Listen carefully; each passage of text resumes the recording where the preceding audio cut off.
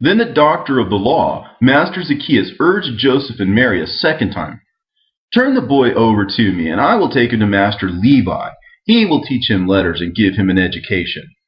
Then Joseph and Mary pacified Jesus and took him over to the school so that the elderly Levi might teach him letters. And from the moment he entered that place, Jesus remained silent. And starting with the first letter, Aleph, Master Levi kept saying just that one letter to Jesus and ordering him to explain it. But he held his peace and gave no answer. Then Master Levi, his instructor, grabbed his storax rod and cracked him over the head with it. Then Jesus, standing up to his teacher Levi, demanded, "Why did you hit me? You can be quite sure of this. The one who has been stricken can teach the one who struck him much more than he could ever learn from him. You see, I can teach you all about what you claim to know." Everyone who speaks and everyone who hears is as blind as the noise of brass or the clang of a cymbal, which cannot hear the sounds they make. To Zacchaeus he added, "Every letter from Aleph to Taw is understood by the way that it's composed.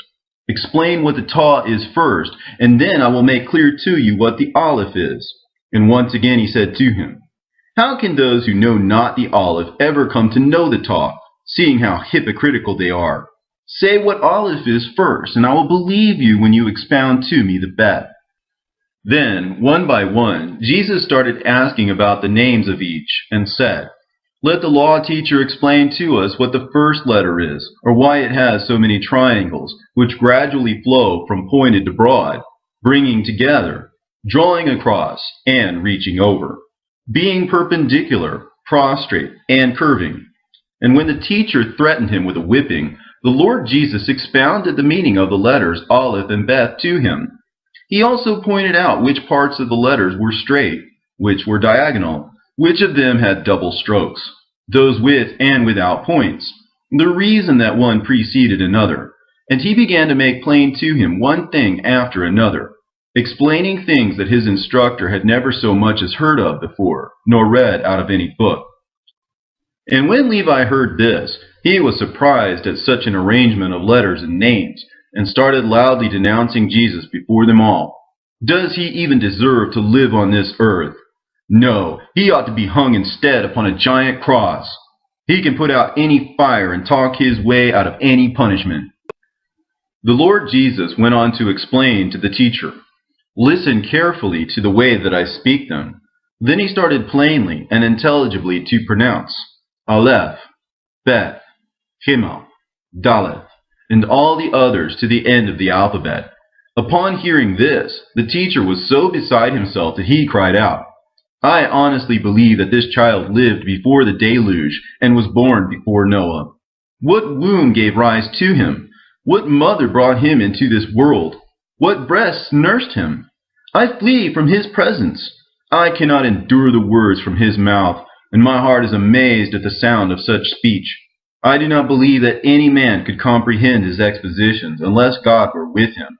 Now I, pitiful fool that I am, have allowed myself to become a joke in his eyes. For the whole time that I was thinking of him as a student, ignorant of who he was, I have come to see that he is my better. Now what can I say?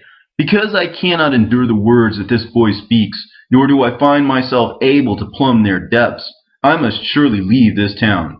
For seeing as how I am able to grasp neither beginning nor end of his exposition, an old man like me stands vanquished by a little child.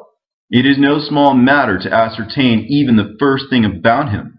I tell you most assuredly, and do not lie when I say that from where I stand, the actions of this boy, the source of his speaking, and the thought that underlies his objective seem to have nothing to do with those of mortal men.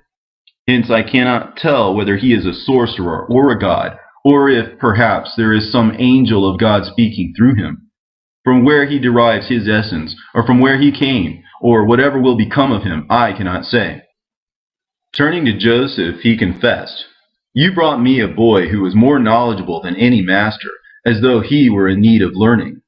And turning to Mary, the teacher affirmed, "This son of yours has not the slightest need of any teaching." And even as the Jews were attempting to console Zacchaeus, the boy Jesus started to smile and to laugh out loud. And then he said to the sons of Israel who were standing there listening, Let those among you who have borne no fruit now bring it forth, and let those whose hearts are blind now see. Those who are lame now walk straight. The poor enjoy good things. The dead come back to life, and everyone be restored to their original stature to live in Him who is the fountainhead of life and of eternal sweetness. I have come down here from on high, that I might bring a curse on these for their own good, so that I might summon them again to what is above, even as it has been decreed by the one who sent me. And when the boy Jesus had spoken these things, those who had fallen victim to grave disorders were immediately healed. After that, no one dared to say a thing to him, or to hear anything from him, or to anger him for fear that they might be cursed by him, and thereby suffer harm.